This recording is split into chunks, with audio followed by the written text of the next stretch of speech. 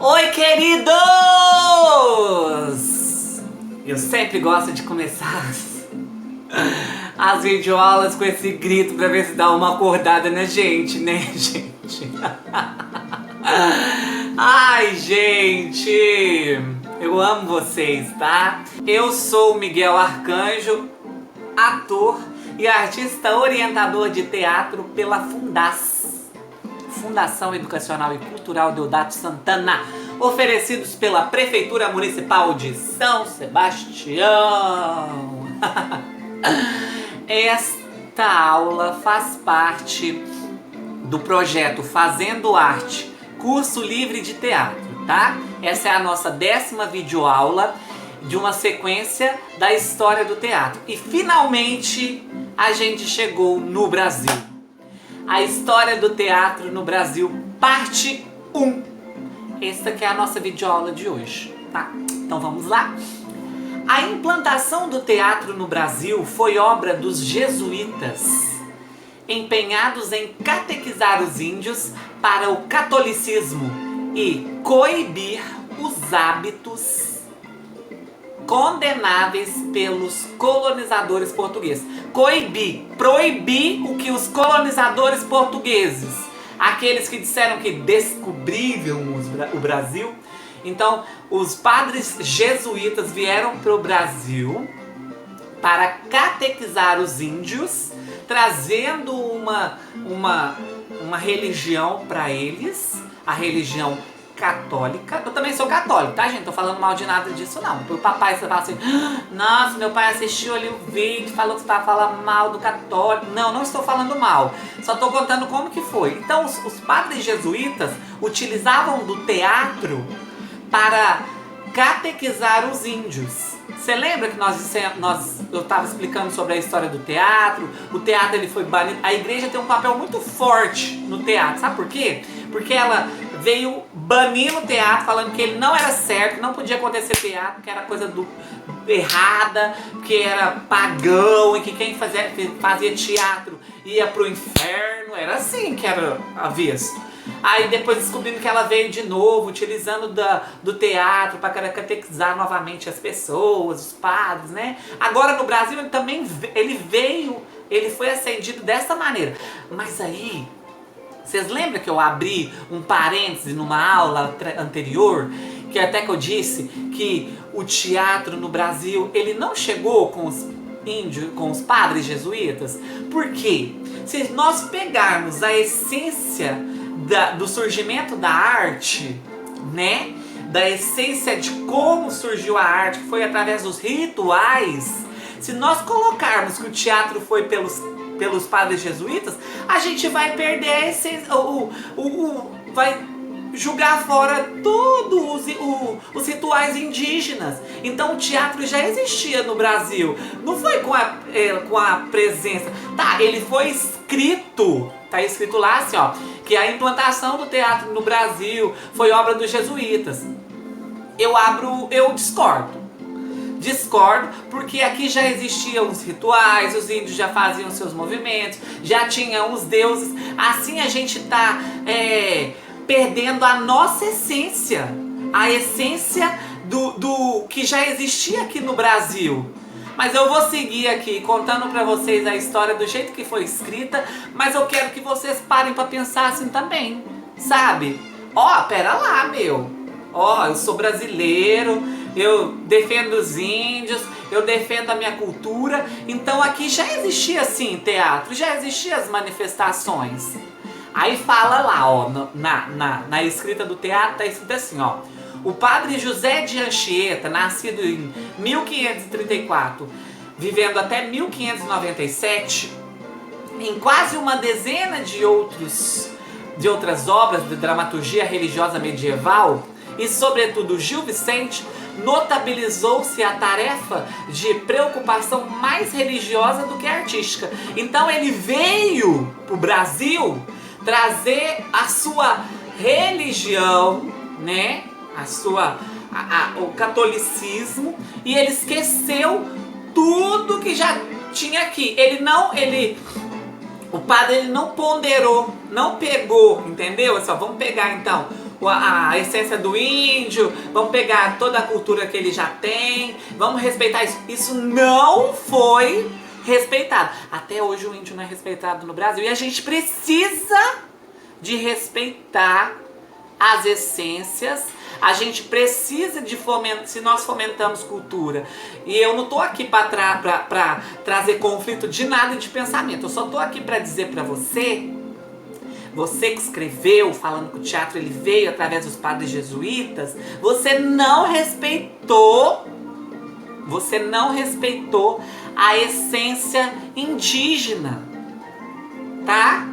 Depois a gente vai falar das manifestações artísticas, de todas as culturas, de todos os movimentos artísticos. E eu quero muito focar nessa essência do indígenas, dos rituais indígenas, quais são também as formas que eles praticam teatro, porque eu acho que essa vertente pode ter muitas respostas pra gente, tá? Então nós vamos pesquisar um pouco sobre isso. Então vamos continuar aqui da escrita do teatro, né? O que está registrado. As produções, elas não tinham continuidade. Foi substituída por outras e não deixaram memórias. No século XVII, do século XVII, no século XVIII. Salvo alguns documentos, sabe-se de qualquer forma que ergueram-se casas de ópera nestes últimos séculos. Ergueram-se casas de óperas nos séculos 17 e 18 no Rio de Janeiro, em Vila Rica, em Diamantina, Recife, São Paulo, Porto Alegre, Salvador, atestando a existência de atividades cênicas regulares. Olha para você ver como que está registrado o teatro no Brasil. A sala de espetáculo de Vila Rica, atual Ouro Preto, cidade de Ouro Preto, é considerada a mais antiga da América do Sul. Menciona-se o padre Ventura como o primeiro brasileiro a dedicar-se ao palco no Rio de Janeiro. A transferência das cortes portuguesas para o Rio em 1808 trouxe inegáveis progressos para o teatro, consolidado pela independência de 1822, que se ligou logo depois o romantismo de cunho nacional. O ator João Caetano, nascido no ano de 1808, vivendo até 1863, formou em 1833 uma companhia brasileira com o propósito de acabar com a dependência de autores estrangeiros para o nosso teatro. Seu movimento vinculou-se a dois acontecimentos fundamentais da história da dramaturgia nacional. A estreia em 13 de março de 1838 de Antônio José, O Poeta e a Inquisição, a primeira tragédia escrita por brasileiro e a única de assuntos nacional, de autoria de Gonçalves de Magalhães, nascido no ano de 1811, vivendo até 1882, e em 1838, no dia 4 de outubro daquele ano, O Juiz de Paz na Roça, em que Martins de Pena, nascido no ano de 1815, vivendo até 1848, abriu um rico filão de comédias de costume de gêneros mais característicos da nossa das nossas tradições cênicas. Leonor de Mendonça de Gonçalves Dias. Gonçalves Dias nasceu em 1823, viveu até 1864. Distingue-se como o melhor drama romântico brasileiro. A trama que podia evocar Otelo se constituiu, na verdade, como uma antecipador de um movimento feminista. Quem é Otelo? Fez essa pergunta? Otelo. Otelo, o Mouro de Veneza, é uma das obras de William Shakespeare, escritas por volta do ano de 1606. A história gira em torno de 4 personagens principais. Otelo, né? A sua esposa Desdémona, seu tenente Cássio e o suboficial Lago. Otelo, gente, ele era um general mouro, né? Então vamos lá, vamos seguir aqui. Por causa dos seus temas variáveis, Otelo, ele desempenha um papel muito forte até os dias de hoje. Quais que eram os temas que eram abordados nessa escrita, dessa dramaturgia? Era o racismo, o amor, o ciúme, a traição, né? Filiaram-se a essas peças algumas peças mais específicas e obras de autores como Joaquim Manuel de Macedo, José de Anchieta, Machado de Assis, França Júnior, Arthur de Azevedo. A Semana da Arte Moderna de 1922, emblema da modernidade artística, não teve a presença de teatro.